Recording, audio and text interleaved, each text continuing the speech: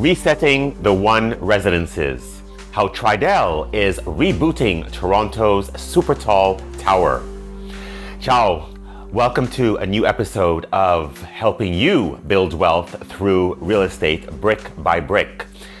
My name is James-Bock. I am the founder of the Condo Wiz Group and a broker at Keller Williams in Toronto. Today, we're unpacking one of the most consequential real estate resets in Canadian history. The One Residences at Yonge and Bloor, more specifically on the southwest corner of Yonge and Bloor, now rebranded as One Bloor West, and how Tridel is rebooting Toronto's first true Supertall tower. This is not just a condo story. It's a legal, financial, and market reset. One of the most expensive intersections in the country. Court-supervised, lender-driven, builder-executed. A case study every buyer and investor needs to understand. How one of Toronto's boldest projects went off track.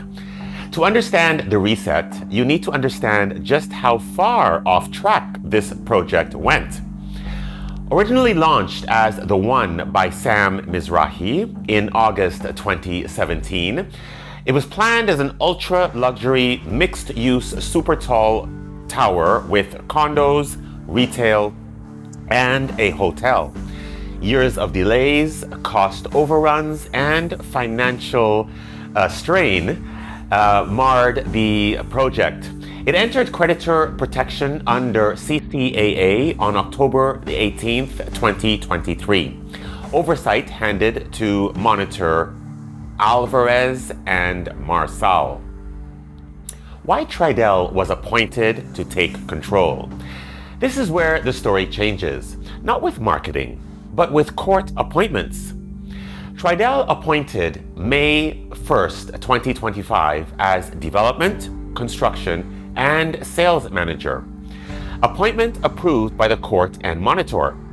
Mandate was not cosmetic fixes, but a full project reset. Market studies conducted with Urbanation and Milbourne Group. The project reintroduced as One Bloor West, its actual address. The court-approved pre-sale reset. This is the moment that sent shockwaves through the industry. Court-approved cancellation of 314 out of 329 pre-sale contracts in November 2025. Most contracts dated back to 2017 and 2018 pricing. Buyers are to receive full deposit refunds plus accrued interest. Buyers granted a 45-day priority window to repurchase. The decision is framed as necessary to make the project viable. Why the reset was financially inevitable. This wasn't about greed, it was about math. Original pricing no longer aligned with construction costs or market reality. Small investor-style units no longer in demand. Lenders required a viable revenue model to proceed. Relaunch expected to generate hundreds of millions in incremental revenue. Without a reset, completion risk remained extremely high. How the building is being repositioned. This is not the same building being sold twice. It's a different product. Total unit count reduced to approximately 411. Shift towards larger, luxury-oriented suites. Reduced reliance on micro units and investor layouts. Repositioning as a true global luxury address. Hotel component is still planned with a future 5-star operator. Construction status and what comes next.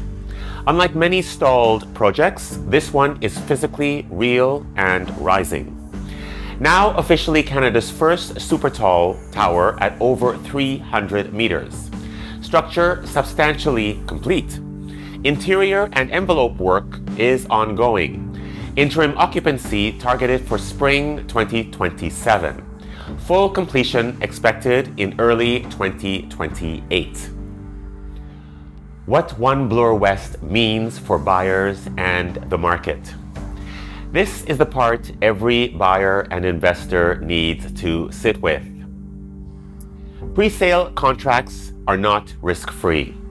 Courts can and will prioritize project viability.